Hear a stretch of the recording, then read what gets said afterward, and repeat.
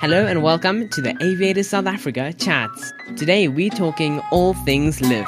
Lyft is one of South Africa's newest low-cost carriers, and they've entered the market in a rather competitive time, to say the least. We've been following them since their inception, before they even had a name, all the way to where they are now.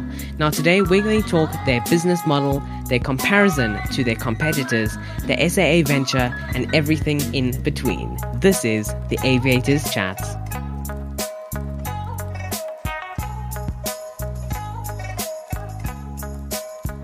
Hello and welcome back to the Aviators Chats. And I think one of the first things that we do need to start with is talking about Lyft's most recent venture.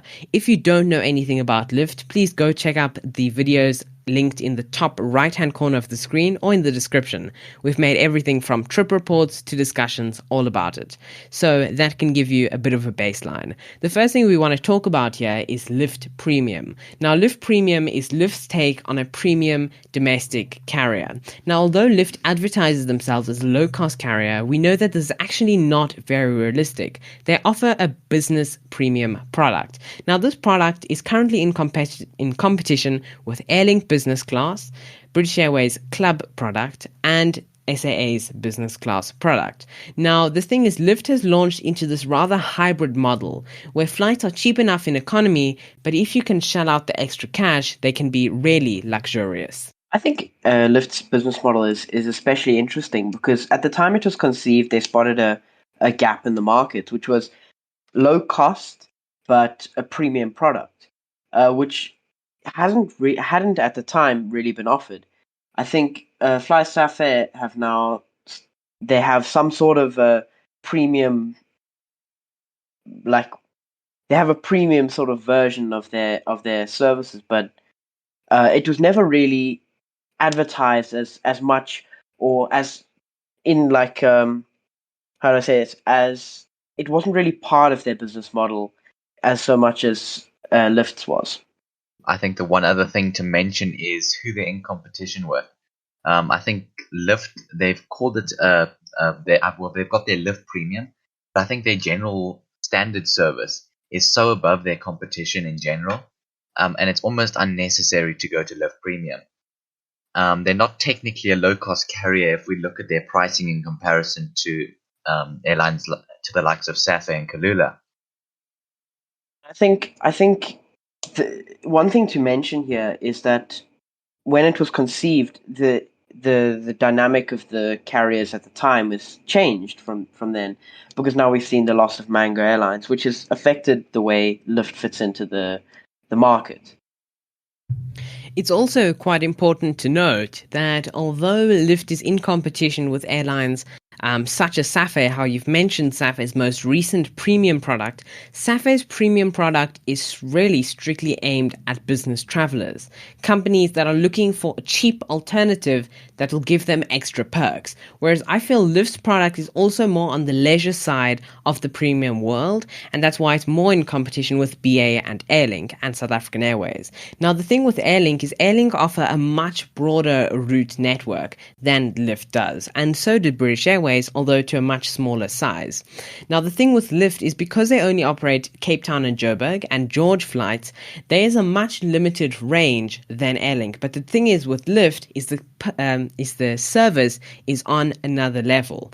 And we've seen really positive feedback from travelers traveling in their low-cost cabin or in their economy product to travelers traveling in the premium product, and the result is always the same, which is it's great quality price, great service, and you really get your buck's worth in that instance. The other important thing to note is we want to talk about Lyft's next venture, which is only about a month old. This is Lyft Holidays. Now, Lyft Holidays is effectively a company or a subsection of Lyft that is meant to give you an all-in-one travel package. This is technically in competition with Kulula Holidays, which does the same thing. So the idea is you can book a flight, a car rental, and a hotel in the same experience. Now, the difference with Lyft to Kulula Holidays is rather substantial, which is that Lyft actually sells experiences. So everything from helicopter flights over the borders of Cape Town all the way to tours throughout the Western Cape and other experiences to Lyft destinations, you can actually book your holiday effectively through one airline. And so the idea is not just here's a car, here's a hotel, and here's a flight. You are on your own. It's that this is a tour. This is an experience for you that is all catered for through Lyft. So what do you guys think about that? I think it does seem to be a key part of their business model that they're trying to push through. But the question that I have is, will it succeed in this in the industry now after COVID?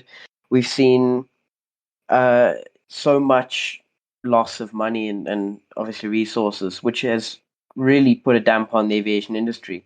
And now we're seeing Lyft trying to advertise a model in which it's based off entertainment and traveling, which we're seeing a lot less of these days. So I think in a pre-COVID times, it would have been a lot more successful than I think it will be.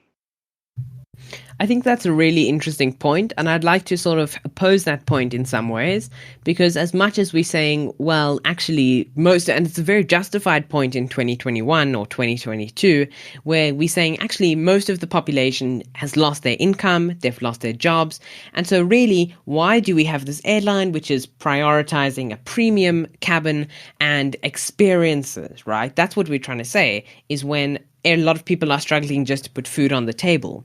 And I think the answer to that question from Lyft's side probably is, well, that small percentage of South Africans that have actually just grown throughout the lockdown because their businesses have been successful or their jobs are a stable income, they are the ones who are really targeted at this, having a Lyft premium service, because they don't want to be in economy cabins that are cramped or any issues like that.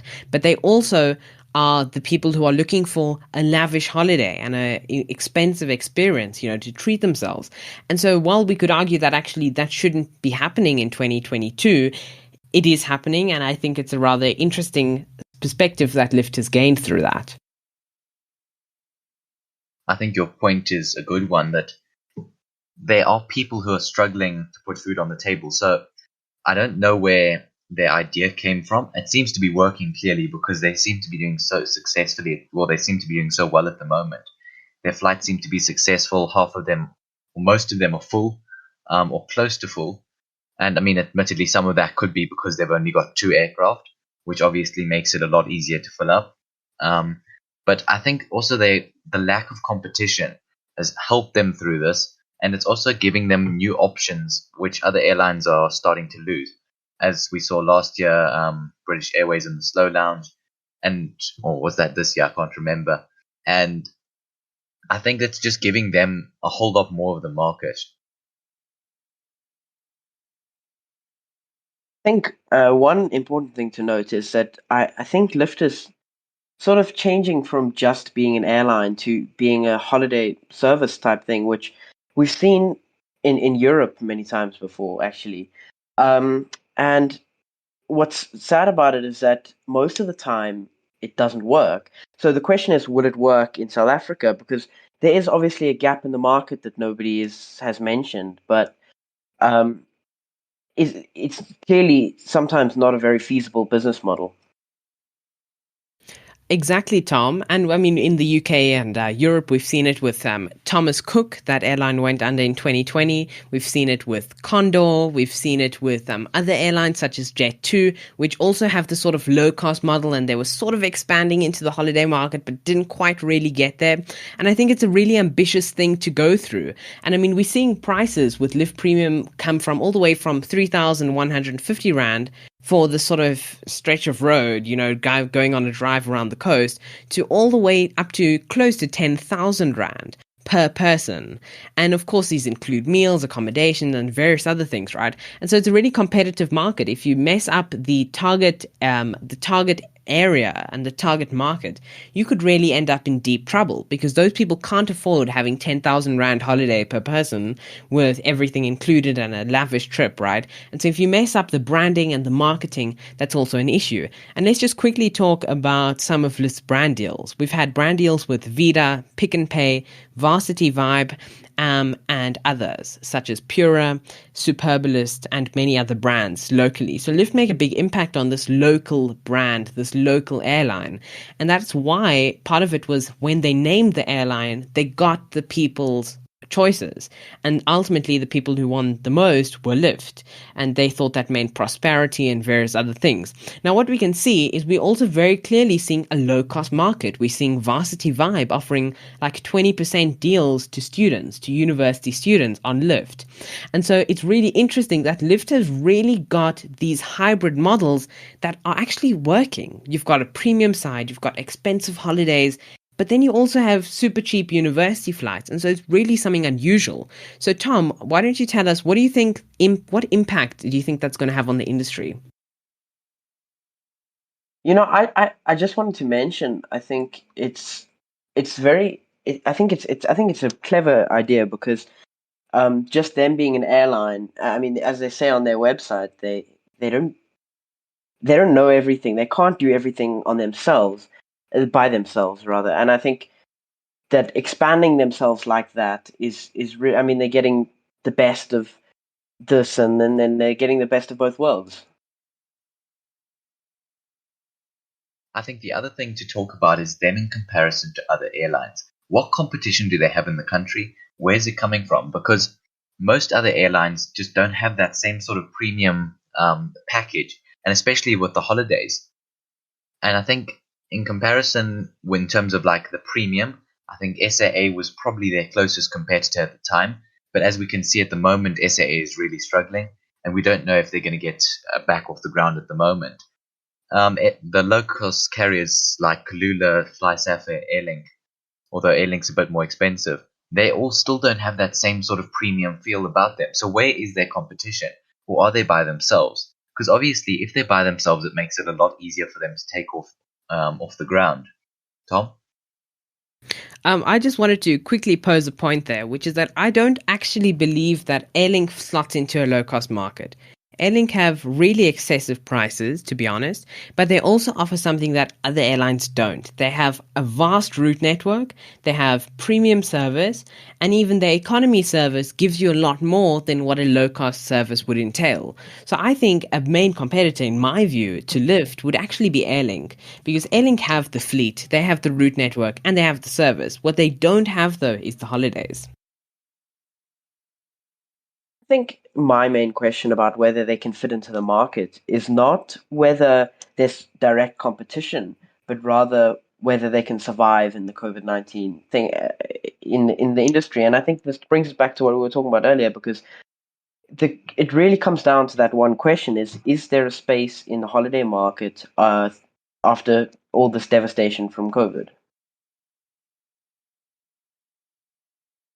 I think that's a great question, Tom. I think I'm not. There's no definite answer, to be honest, because it really just depends as to who is the target audience. And I think Lyft have really nailed the target audience. They've got a broad spectrum of travelers, from university students to excessive high flyers who have that lavish budget, right?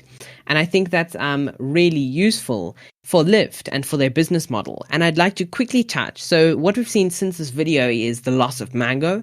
We've spoken way too in depth about the loss of Mango, from our Storm Ahead documentary to our tributes to our chat videos. They're all on our channel, and so please do watch those. But we've also seen, so that gives us a space in the market. Now we've also spoken about the Tagazo Consortium, and that is SAA's new venture.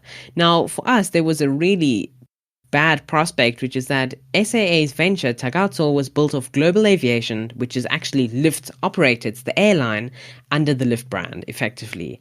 And then we also had Harith Investments. And so the hope, or not the hope rather, was that what would happen to Mango and Lyft. Now that's no longer a problem because Mango is gone unless a private buyer comes forward, which I don't think is likely in the current market.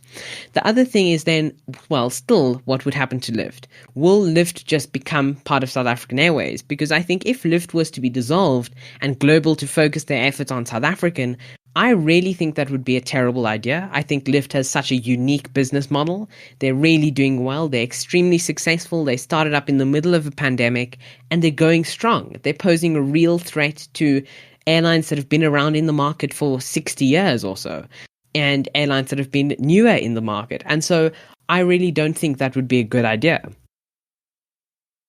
I think the other point to go back to, sorry, I'm going back quite a long way now, is how you were saying, Kabir, that Airlink fits into the same sort of market as Lyft. And I think the other point to talk about is Airlink's fleet in comparison.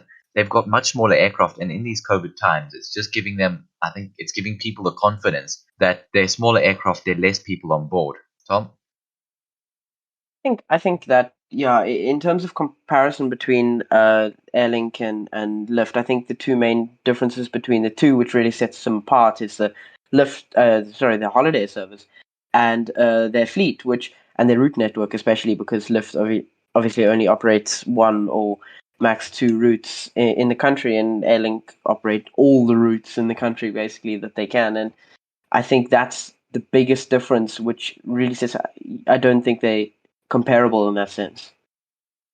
Something that I'd also like to add on to that is what we don't want to see is Lyft expand too fast. We've seen it in the likes of other low-cost carriers that came before Lyft, such as Velvet Sky, which was super ambitious. We saw it in one time, which were vaguely successful until they actually just expanded to a point where they went bankrupt. And so I think Lyft has played it safe. They've got the busiest air route, one of the busiest air routes in the world, actually, in the top 10 busiest air routes in the world. They've got George as a nice add-on, and there's talk of adding a Durban route, but that's a rumor. And I think once they've got those routes, I think that's all they need for now. If they expand too broadly with too many brands and too many options, I think they're going to lose out on what they need to focus on, which is their target market. And I think that's really going to play against Lyft. The other thing is, well, can Lyft survive? I think the conclusion from this video is yes. If they do things strategically and if they really focus on who their target market is. Lyft is a very agile airline. Since Global is a wet leasing specialist, if they need to take an aircraft out of service, they can go lease it across the world. If there's another national lockdown and Lyft goes out of service for 2 months, like they did earlier in the year, they'll just take those aircraft and make money elsewhere. And so they're really agile, like Airlink in some ways, although Airlink is because of fleet and not because of their business model. So I really think Lyft has an upper hand there because they can really just make money in certain areas. And so if something goes wrong locally, they can take it out of the country, they can take it internationally, and I think that really gives them an upper hand and a better chance at survival. So the truth is, we're going to wait and see. We're also going to keep tabs on the South African Airways venture with Global and Harith, and so we'll also see how Lyft sort of fits into those deals, because Gideon Novick actually gave a statement saying he didn't want to give anything away, and they don't want to dispose of Lyft, but he doesn't really know yet. And so as that deal unfolds, I think we'll know more about that as well. So Lyft is a brilliant airline. If you haven't watched our Lyft trip report, check it out in the top right hand corner or in the description below. Also check out our Storm Ahead documentary about Mango's loss and how it affects the other airlines. Thanks very much for watching our video, and take care and happy flying.